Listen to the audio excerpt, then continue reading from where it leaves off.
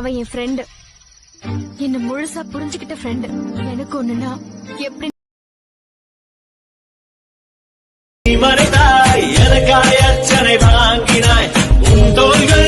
Hey guys, welcome back to my channel. So இன்னைக்கான வீடியோவில் நீங்கள் ப்ரிவியூவில் பார்த்த மாதிரியான ஒரு அமேசிங்கான வீடியோ எடிட்டை நாம் வந்து VN ஆப் யூஸ் பண்ணி எப்படி எடிட் பண்ணுறதா இன்னைக்கான வீடியோவில் பார்க்க போகிறோம். ஸோ வீடியோவை ஸ்கிப் பண்ணவும் பாருங்கள்.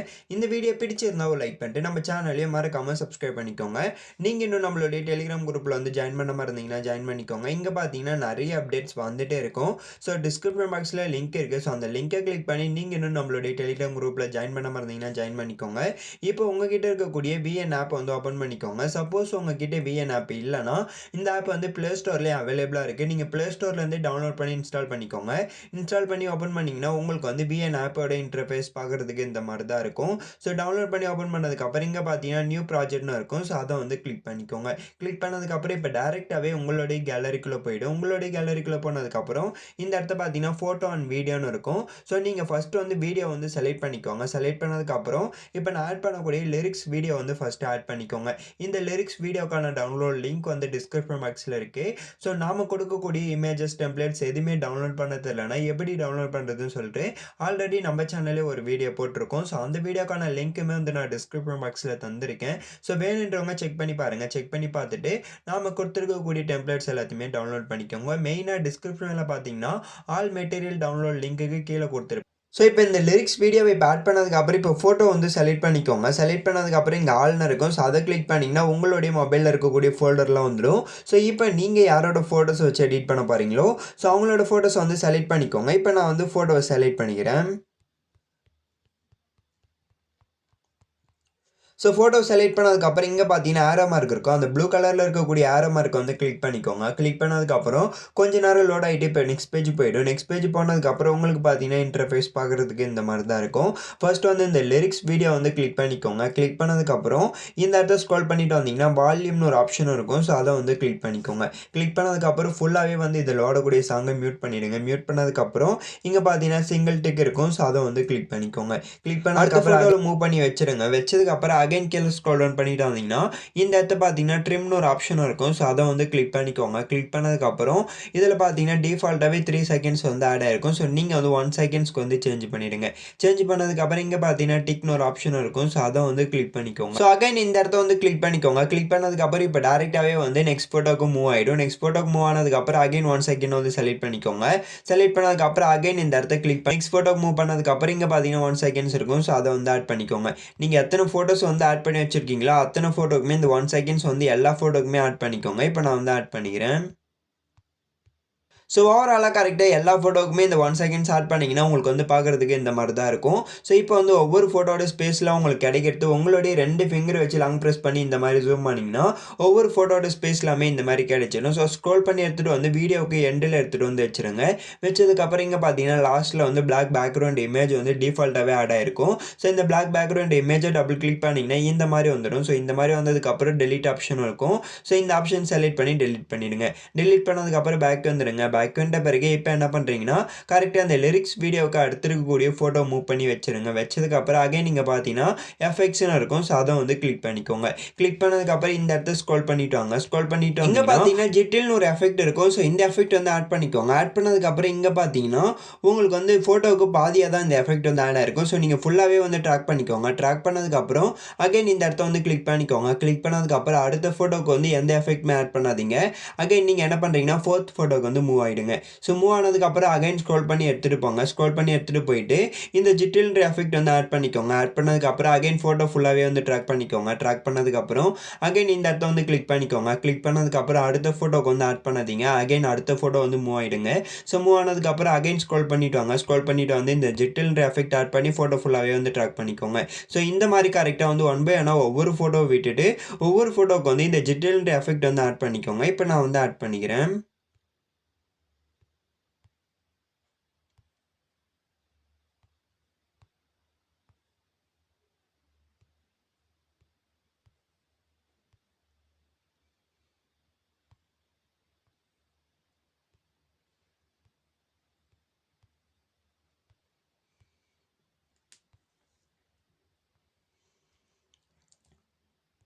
ஸோ ஓவராலாக கரெக்டாக ஒவ்வொரு ஃபோட்டோ விட்டுட்டு ஒவ்வொரு ஃபோட்டோக்கு வந்து இந்த ஜெட்டில் எஃபெக்ட் ஆட் பண்ணதுக்கப்புறம் பேக் வந்துருங்க. பேக் வந்த பிறகு இப்போ வந்து நம்ம ஒவ்வொரு ஃபோட்டோக்கு வந்து எஃபெக்ட் ஆட் பண்ணாமல் இருப்போம்.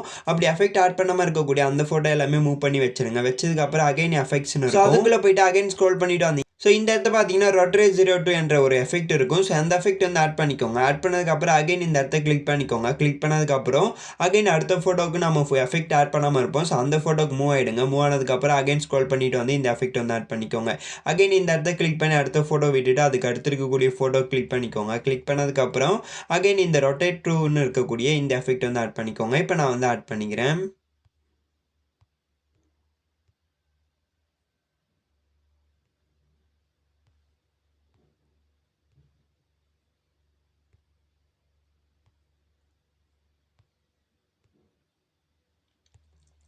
ஸோ ஓவராலாக கரெக்டாக நாம சொன்ன மெத்தடில் ஒவ்வொரு ஃபோட்டோக்கான எஃபெக்ட் வந்து ஆட் பண்ணிடுங்க. ஆட் பண்ணதுக்கப்புறம் இப்போ வந்து ப்ளே பண்ணி பார்த்தீங்கன்னா உங்களுக்கு வந்து ஒவ்வொரு ஃபோட்டோக்கான எஃபெக்ட்மே பார்க்குறதுக்கு இந்த மாதிரி தான் இருக்கும். ஸோ நாம சொன்ன மெத்தடில் கரெக்டாக ஒவ்வொரு ஃபோட்டோக்கான எஃபெக்ட் வந்து ஆட் பண்ணிவிடுங்க.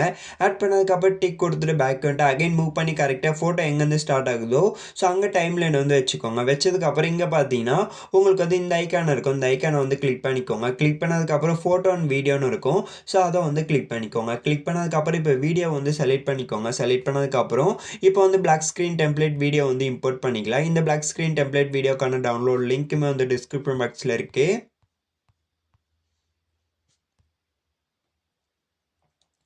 ஸோ இந்த டெம்ப்ளேட் வீடியோவை ஆட் பண்ணதுக்கப்புறம் இந்த கார்னர் வச்சு நல்லா ஜூம் பண்ணிக்கோங்க. ஜூம் பண்ணி கரெக்டாக ஃப்ரேம்க்கு ஏற்ற மாதிரி செட் பண்ணிவிடுங்க. செட் பண்ணதுக்கப்புறம் அகைன் கீழே ஸ்க்ரோல் டவுன் பண்ணிட்டு வந்தீங்கன்னா பிளெண்டிங்னு ஒரு ஆப்ஷன் இருக்கும். ஸோ அதை வந்து கிளிக் பண்ணிக்கோங்க. கிளிக் பண்ணதுக்கப்புறம் இங்கே பார்த்தீங்கன்னா ஸ்க்ரீன்ன்ற ஒரு ஆப்ஷன் இருக்கும். ஸோ அதை வந்து கிளிக் பண்ணிக்கோங்க. கிளிக் பண்ணதுக்கப்புறம் இங்கே சிங்கிள் டிக் இருக்கும். ஸோ அதை வந்து செலக்ட் பண்ணிக்கோங்க. செலக்ட் பண்ணதுக்கப்புறம் டிக் கொடுத்துட்டு பேக் வந்துருங்க. பேக் வந்த பிறகு அகைன் டைம்லைன் மூவ் பண்ணி எடுத்துகிட்டு வந்து ஃபஸ்ட்டில் வச்சுருங்க. வச்சதுக்கப்புறம் இங்கே பார்த்தீங்கன்னா ஃபஸ்ட்லேயே ஆடியோ ஆப்ஷன் இருக்கும். ஸோ ஆடியோ ஆப்ஷன் வந்து கிளிக் பண்ணிக்கோங்க. கிளிக் பண்ணதுக்கப்புறம் மியூசிக்ன்றதை கிளிக் பண்ணிக்கோங்க. கிளிக் பண்ணதுக்கப்புறம் நான் டிஸ்கிரிப்ஷன் பாக்ஸில் கொடுத்துருக்கக்கூடிய சாங்கை வந்து நீங்கள் டவுன்லோட் பண்ணிட்டு எந்த ஃபோல்டரில் வச்சுருக்கீங்களோ அந்த ஃபோல்டர் வந்து செலக்ட் பண்ணிக்கோங்க. செலக்ட் பண்ணதுக்கப்புறம் அந்த சாங்கை செலக்ட் பண்ணி இங்கே பார்த்தீங்கன்னா சூஸ்னு ஒரு ஆப்ஷன் இருக்கும். ஸோ அதை வந்து கிளிக் பண்ணிக்கோங்க. கிளிக் பண்ணதுக்கப்புறம் கொஞ்ச நேரம் லோட் ஆகிட்டு இப்போ நெக்ஸ்ட் பேஜ் போய்ட்டு நெக்ஸ்ட் பேஜ் போனதுக்கப்புறம் இங்கே பார்த்தீங்கன்னா டிக்னு ஒரு ஆப்ஷன் இருக்கும். ஸோ அதை வந்து கிளிக் பண்ணிக்கோங்க. இந்த வீடியோவே நீங்கள் வந்து 9:16 இந்த ரேஷியோவில் செலக்ட் பண்ணி எடிட் பண்ணணும்னு நினச்சிங்கன்னா இங்கே பார்த்தீங்கன்னா மேலே ஒரிஜினல்னு இருக்கும். ஸோ அதை வந்து கிளிக் பண்ணிக்கோங்க. கிளிக் பண்ணதுக்கப்புறம் இந்த இடத்த பார்த்தீங்கன்னா உங்களுக்கு வந்து 9:16 ஸோ அந்த ரேஷியோ வந்து இருக்கும். ஸோ அந்த ரேஷியோ செலக்ட் பண்ணிங்கன்னா 9:16 அந்த ரேஷியோக்கு ஏற்ற மாதிரி வந்துடும்.